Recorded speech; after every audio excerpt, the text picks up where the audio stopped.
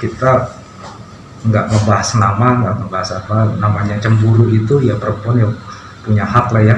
Kalau yang dicemburuin ngerasa nggak kayak gitu ya tinggal buktiin lah ya. Itu aja sih, sesimpel itu sih. Jadi selama ini tidak pernah membuktikan itu. Iya, harusnya kan dibuktikan. Kalau memang tidak benar, dibuktikan ya. Gitu. Tapi selama ya saya bilang selama itu tidak bisa dibuktikan, jadi kan akhirnya saya mempunyai asumsi ya. Jadi berspekulasi sendiri dan dibiarkan. Jadi hal ini tuh tidak selesai, jadi akumulasi gitu sih. Tapi padahal dianggap berlebihan dulunya gimana? Itu juga yang jadi pertanyaan, kalimat berlebihan itu apa ya? Nah itu nggak ada takarannya ya. Berlebihan cemburu itu kayak gimana, berlebihan yang nggak berlebihan tuh yang kayak gimana.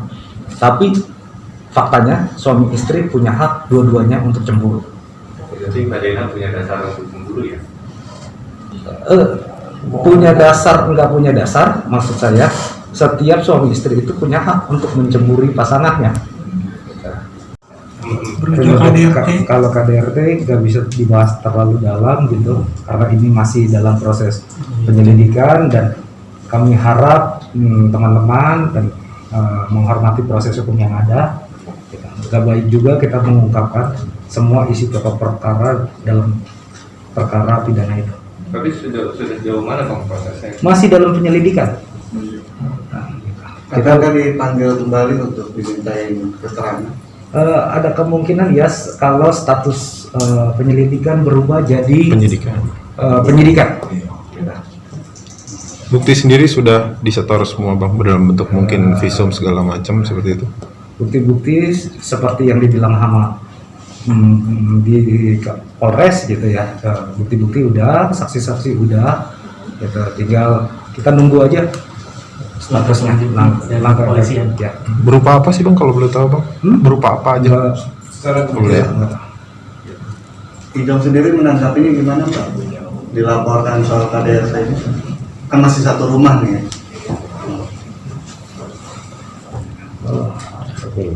Belum ada info ya, belum ada pembicaraan masalah itu. Misalnya kan satu rumah biasanya kan ada diskusi obrolan, kok kenapa dilaporkan KDRT gitu?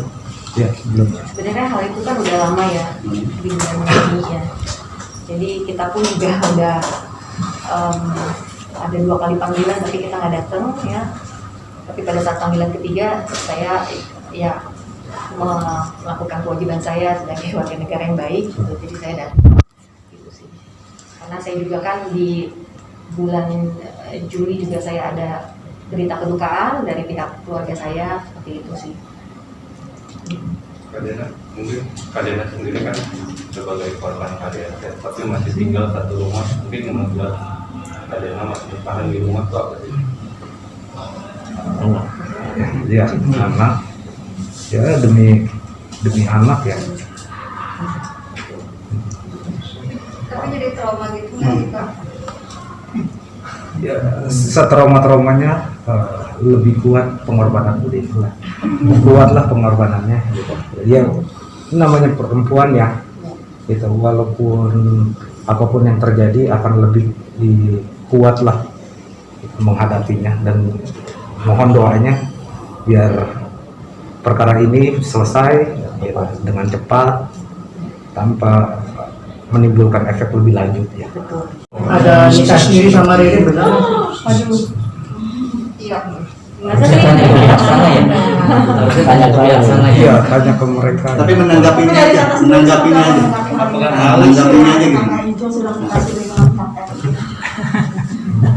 Pengen nyanyi saya. Aku menangis. Ya menanggapinya apa ya Mas? Harapan kami itu semua gosip nggak benar. Itu harapan kami karena menjaga juga nama baik keluarga. Itu harapan kami, itu gosip, itu cuma gosip biasa ya. Tapi kalau benar kan? Kalau benar sendiri gimana Pak? Wah, itu harus tanya ke mereka, jangan tanya ke kita. Kan nanya harapan kita. Tapi dari Kadena sendiri tahu gak sih? Enggak sih, saya kaget juga. Masa sih iya gitu ya? Kira-kira Tata berapa persen tuh untuk mengharap bahwa itu tidak terjadi pernikahan siri tersebut? Ya saya harap sih enggak ya, karena saya punya 3 anak juga. Saya juga nggak mau hati anak saya juga terluka gitu loh ketika tahu mengenai hal ini gitu. Tapi kita nggak tahu ya apa yang terjadi gitu loh sebenarnya. Oke. Itu permasalahan yang tidak ada ujungnya, jadi artinya apa? Sorry gimana? Permasalahan rumah tangga yang tadi dibuat di dalam bicara ini permasalahan yang sering terjadi gitu. Iya. Itu apa sih masalahnya? Ya, Ibu cekcok tadi udah dijawab. Cekcok. Jadi istri berusaha, dan menurut saya saya berusaha yang terbaik lah untuk menjadi istri yang baik, untuk menjadi ibu yang baik. Mungkin saya juga sebagai seorang istri mungkin ada kurangnya gitu ya. Tapi apa ya Mas bingung saya. Sebagai seorang istri udah melakukan yang terbaik, Ya. dan sebagai seorang perempuan udah berusaha untuk kuat menghadapi ini semua gitu. Ya mungkin takdir berkata lain kali ya. Ya. Saudara, kan pada perpisahan Tata sendiri kan sampai juga ke pengadilan juga kan berbarengan dengan pihak tadi, dan dikait-kaitkan juga, dan itu bisa dibilang satu isu hampir sama dan mendekati. Pendapat Tata seperti apa sih kan? Apakah benar perpisahannya Tata sama beliau di waktu yang samaan gitu? Silakan Mas Ican. Itu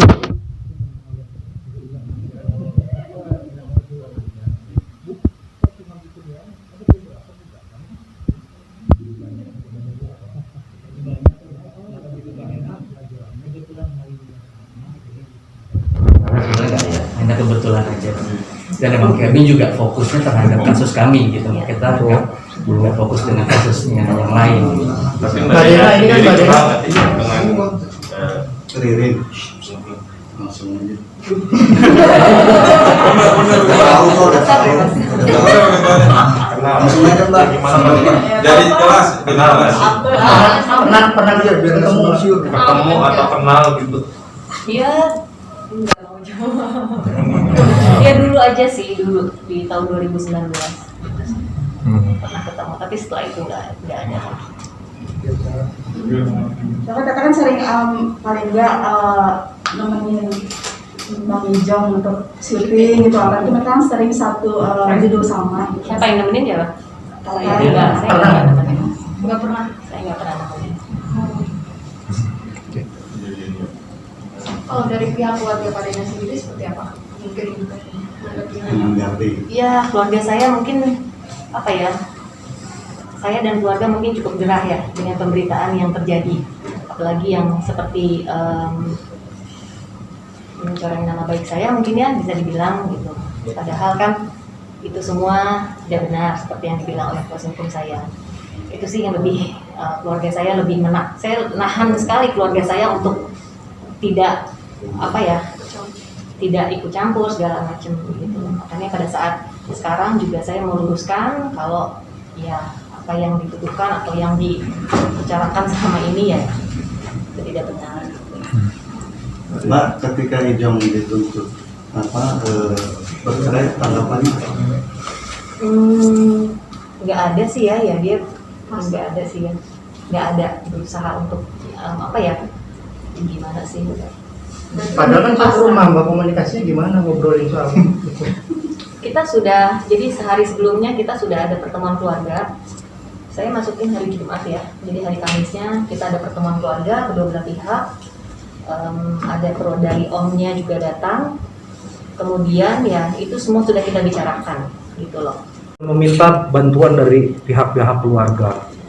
Namun apa boleh dikata ini jalan terakhir untuk mengajukan gugat cerai, karena sudah dicoba untuk didamaikan oleh keluarga tapi nggak berujung baik gitu. Intinya segala cara udah diupayakan ya, tapi ternyata ya tidak berhasil ya. Jadi mungkin ini satu-satunya jalan yang terakhir ditempuh. Tapi Mbak Dena mengantongi bukti-bukti bahwa adanya dugaan mungkin proses hukum. Ya ada nggak mungkin yang sampai akhirnya membuat Mbak Dena tuh yakin nih gue harus berpisah gitu karena gimana? Kita nggak akan membahas masalah bukti gitu karena ini bukan peradilannya gitu, dan apakah ada buktinya apa enggak gitu, ini pokok perkara yang mungkin kita nggak bisa jawab mendetailnya gitu. Maaf. Intinya berarti pernah memergoki lah ya? Mungkin komunikasi atau chat-chatan gimana Mbak? Enggak. Mbak Dena artinya nggak fair juga dong kalau Mbak Dena memutuskan nuduh dia selingkuh. Perselingkuhan mereka. Enggak, perasaan gugatan kita dasarnya bukan itu, percekcokan yang terus menerus. Yang harus kita buktikan itu percekcokannya, bukan yang Mas minta buktinya. Gitu. Itu sih yang harus saya luruskan nih. Mbak Dena hanya menekankan aja. Berarti awal dari kecemburuan ini memang ada pihak ketiga yang balik. Bukan pokoknya bukan kecemburuan ya. Iya, pokoknya adalah percekcokan. Ada aksi sama reaksi menimbulkan percekcokan yang harus nanti kita buktikan adalah benar nggak ada percekcokan itu. Kan namanya rumah tangga itu pasti butuh komitmen, butuh kesetiaan, butuh kejujuran. Nah, pada saat komitmen itu ada satu pihak yang memang tidak bisa memberikan apa yang diberikan oleh pasangannya, itu kan yang menimbulkan ketidaknyamanan ya buat saya. Seperti itu. Tapi udah kasih kesempatan ke suami untuk mencoba klarifikasi tentang ada masalah. Oh ya pasti, gitu. Pasti. Setiap apapun pasti kan pasti kita tanya dong, kayak gimana pasti kita tanya. Dan ya itu dia saya bilang selama ini tidak pernah memberikan jawaban yang menurut saya tidak bisa saya terima gitu loh. Akhirnya dibiarkan terjadi terus menerus segala macam seperti itu. Kalian masih satu rumah dengan? Iya, kami masih satu rumah karena ada anak-anak juga. Anak-anak kan pasti masih butuh figur papanya ya, gitu. Berarti bertahan di rumah demi anak atau? Oh enggak lah, memang itu kesepakatannya kita bersama kok. Gitu. Tapi komunikasi sendiri sama suami gimana? Komunikasi masih baik. Sejauh ini reaksi dari anak sendiri gimana? Anak aku sih semuanya happy aja sih. Nggak ada yang taunya ya happy segala macam. Kita pun juga kalaupun kita masih pergi berlima gitu kita lakukan itu. Maksudnya kita benar-benar menyampingkan masalah yang terjadi dan baik-baik aja untuk anak-anak. Bagaimana dalam gugatan itu menginginkan hak anak juga ya? Iya.